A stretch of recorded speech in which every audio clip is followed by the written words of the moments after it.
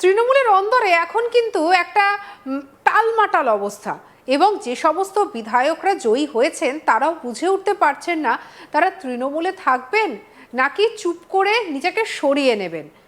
বিগত যে কয়েকদিন, মানে এই 4 তারিখের পর থেকে তারপরে এলো হচ্ছে 9 তারিখ অর্থাৎ শপথ গ্রহণের দিন, সব কিছুর পরে ক্রমাগত আমরা দেখছি যেন তৃণমূলের অন্দরের ফাটলটা আরও অনেকটা চওড়া হচ্ছে। আর তার মধ্যেই মমতা বন্দ্যোপাধ্যায় বারবার ডাক দিচ্ছেন, প্রত্যেকবার ডাকেই কয়েকজন গুটি কয়েক বিধায়ককে দেখা যাচ্ছে, আর বেশ কয়েকজন বিধায়ককে দেখা যাচ্ছে চুপ করে থাকতে, এবং এই চুপ করে থাকা বিধায়কের সংখ্যাটাই কিন্তু বেশি। কোনো প্রতিবাদে ডাক দিলেও সেভাবে বিধায়কদের সাড়া পাওয়া যাচ্ছে না।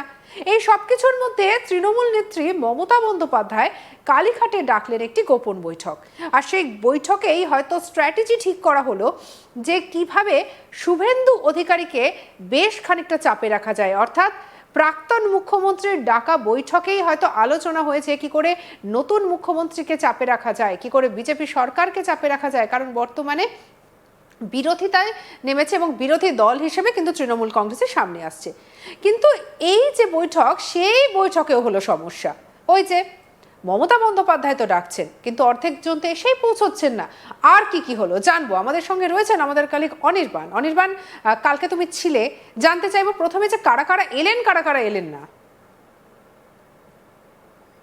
দেখো, এই মুহূর্তে দাঁড়িয়ে মমতা বন্দ্যোপাধ্যায় তিনি কিন্তু বিভিন্ন পর্বে বৈঠক করেছেন, এবং আমরা জানি যে যখন থেকে নির্বাচনে হার হয়েছে তারপর থেকে কিন্তু একের পর এক স্ট্র্যাটেজিক্যাল বৈঠক করার জন্য মমতা বন্দ্যোপাধ্যায়, অভিষেক বন্দ্যোপাধ্যায় তারা কিন্তু নিজেদের দলের কর্মীদেরকে ডেকে পাঠিয়েছেন।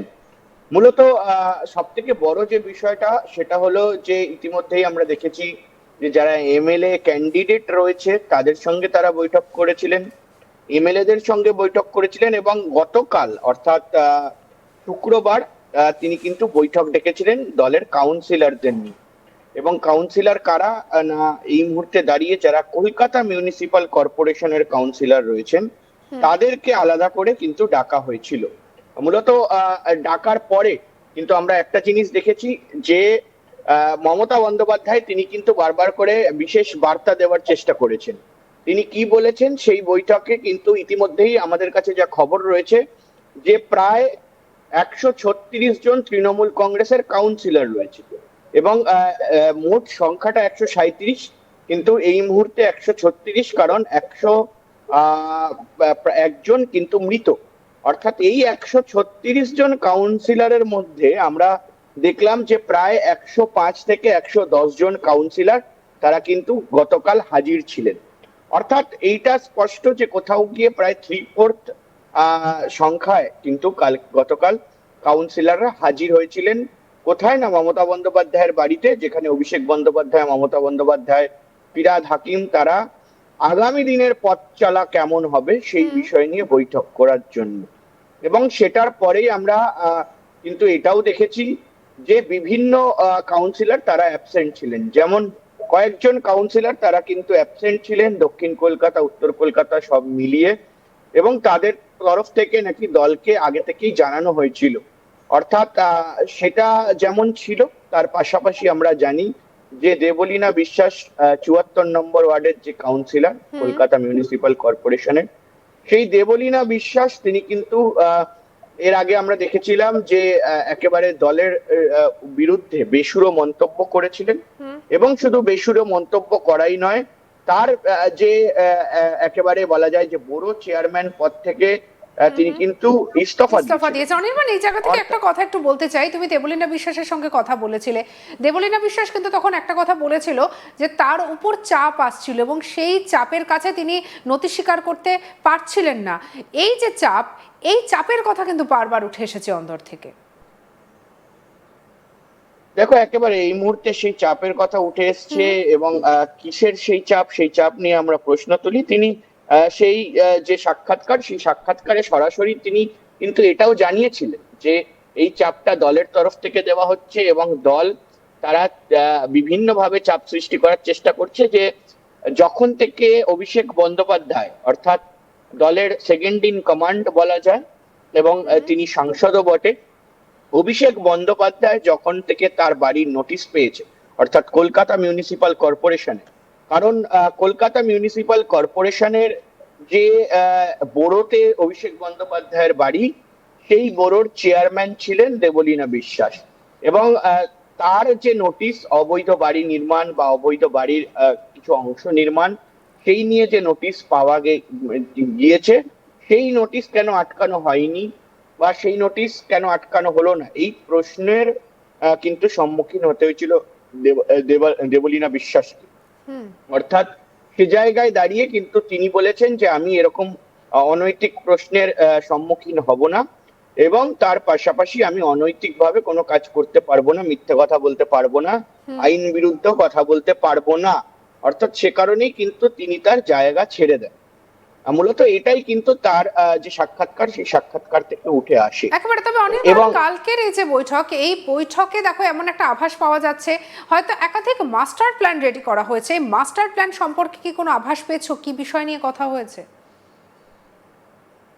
দেখো, এই মুহূর্তে সেই বডি ল্যাঙ্গুয়েজ কাউন্সিলরদের দেখে কোনো মাস্টার প্ল্যান তৈরি করা হয়েছে বলে আমার মনে হয়নি। কারণ বডি ল্যাঙ্গুয়েজ অত্যন্ত খারাপ ছিল তৃণমূল কংগ্রেসের যারা কাউন্সিলর, সুপ্রিমো, এবং তার পাশাপাশি আমরা এটাও দেখেছি যে অভিষেক বন্দ্যোপাধ্যায় তিনি কাল মেজাজ হারিয়েছেন সাংবাদিকদের প্রশ্নের উত্তর দিতে গিয়ে। অর্থাৎ সে জায়গায় দাঁড়িয়ে এই বডি ল্যাঙ্গুয়েজ দেখে কোথাও মনে হয়নি যে মাস্টার প্ল্যান বা পজিটিভ কোনো ওয়ে আউট এই মিটিং থেকে বেরিয়ে এসেছে। একেবারে। অনির্বাণ, তুমি আমাদের সঙ্গে থাকো। তুমি অভিষেকের কথা বলছিলে, অভিষেক বন্দ্যোপাধ্যায় মেজাজ হারিয়েছেন, ঠিক কি প্রশ্ন করা হয়েছিল তাকে, শোনাবো আপনাদের। বলা হচ্ছে আপনার আগে জিজ্ঞেস করে আসুন, তারপর আমাকে উত্তর দেবেন। আপনি স্পেসিফিক্যালি জিজ্ঞেস করুন কোন অবৈধ অংশ, যে অবৈধ অংশ মাফ করে দেবে উত্তর আমার থেকে নিয়ে যাবে। অবৈধ অংশটা জিজ্ঞেস করুন। বলা হচ্ছে আপনার আগে জিজ্ঞেস করে আসুন, তারপর আমাকে উত্তর দেবেন। আপনি স্পেসিফিক্যালি জিজ্ঞেস করুন কোন অবৈধ অংশ, যে অবৈধ অংশ মাফ করে দেবে উত্তর আমার থেকে নিয়ে যাবে। অনির্বাণ, অভিষেক বন্দ্যোপাধ্যায়ের এই যে বাড়ি, শান্তিনিকেতনের বাড়ি, তার সম্পত্তি নিয়ে একাধিক প্রশ্ন, তার বাড়ির একটা অংশ অবৈধ নির্মাণ, সেই কথাটা উঠেছে, সেই অংশটা ভাঙার নোটিশ এসেছে। অর্থাৎ সব মিলিয়ে যেটা দেখা যাচ্ছে যে অভিষেক বন্দ্যোপাধ্যায় এক সময় বলা হতো যেন তার যে সিকিউরিটি, যেন একেবারে দুর্গ তৈরি করে রাখা হতো অভিষেক বন্দ্যোপাধ্যায়ের চারদিকে, সাংবাদিকরা প্রশ্ন করতে পারতেন না, এমন একটা সিচুয়েশন থাকতো। এবারে সরাসরি অভিষেক বন্দ্যোপাধ্যায়ের কাছে যখন প্রশ্ন করা হচ্ছে, তখন তিনি মেজাজ হারাচ্ছেন, তার কাছে কোনো যথোপযুক্ত উত্তর নেই। একেবারে তিনি পাল্টা প্রশ্ন করেন সাংবাদিকদের, এবং শুধু সাংবাদিকদেরই নয়, তিনি পাল্টা প্রশ্ন এই মুহূর্তে কেএমসি কে ছুড়ে দিয়েছে যে কোন জায়গাটা বেআইনি, কোনটা বেআইনি নির্মাণ, সেটা আমাদেরকে দেখান, তারপর আমি এই বিষয় নিয়ে উত্তর দেব। এবং তার কিন্তু সেই রণংদেহী একটা চেহারা, অর্থাৎ 4 মের আগে বা 29 এপ্রিলের আগে ভোট প্রচারের সময় যে গরম গরম ভাষণ অভিষেক বন্দ্যোপাধ্যায় দিয়েছিলেন, সেই ধরনেরই একটা বডি ল্যাঙ্গুয়েজ কিন্তু কালকে আমরা দেখতে পেয়েছি। এবং সাংবাদিকদের সঙ্গে কথা বলার সময় তিনি সেই একটা চূড়ান্ত বলা যায় যে ঔদ্ধত্য নিয়ে গতকাল উত্তরটি দিয়েছেন। হতে পারে যে তার যে এই মুহূর্তে কেএমসির যে চিঠি রয়েছে, সেই চিঠির উত্তর বা জবাব তার কাছে রয়েছে, বা হয়তো তার বাড়ির অবৈধ কোনো নির্মাণ নেই, সেই জন্যই তার এই কনফিডেন্সটা তিনি দেখাতে পারলেন, এমনটা হতে পারে। কিন্তু মূলত এই মুহূর্তে দাঁড়িয়ে যে প্রশ্ন উঠছে যে তৃণমূল কংগ্রেসের অন্দরে কি ভাঙন শুরু হয়ে গেছে। কারণ এই বিধানসভা নির্বাচন তো হয়ে গেল, 207 জন বিধায়ক নিয়ে এই মুহূর্তে ভারতীয় জনতা পার্টি তারা দল গড়েছে, এবং তার পাশাপাশি মাত্র 80 জন বিধায়ক নিয়ে এই মুহূর্তে তৃণমূল কংগ্রেস প্রাক্তন শাসক দল তারা লড়াই করবে। কিন্তু এই 80 জন বিধায়ক নিয়ে, কলকাতার বিধায়ক নিয়ে আগামী দিনে যে মিউনিসিপ্যালিটি নির্বাচন রয়েছে, যে কাউন্সিলর নির্বাচন রয়েছে, সেই কাউন্সিলর নির্বাচন, কলকাতা মিউনিসিপাল কর্পোরেশনের মেয়াদ ডিসেম্বর মাসের 2026 সালে শেষ হচ্ছে, অর্থাৎ এই সালের 2026-এ শেষ হচ্ছে। এই মেয়াদ শেষ হওয়ার পর ঠিক কোন দিকে নির্বাচন যাবে, কোন দল ক্ষমতা নেবে, ইতিমধ্যেই কিন্তু ববি হাকিম অর্থাৎ ফিরহাদ হাকিম কলকাতার মেয়র এবং তার পাশাপাশি একাধিক কাউন্সিলর তারা দাবি করছেন যে তারা ঠিকভাবে কাজ করতে পারছেন না। কেন কাজ করতে পারছেন না? না তাদের শাসক দল নেই, এবং যারা এই মুহূর্তে শাসকে রয়েছে তাদেরকে নাকি কলকাতা মিউনিসিপাল কর্পোরেশন কাজ করতে দিচ্ছে না। গতকালও একটি অধিবেশন ক্যান্সেল হয়েছে, আমরা সেই বিষয়টা জানি।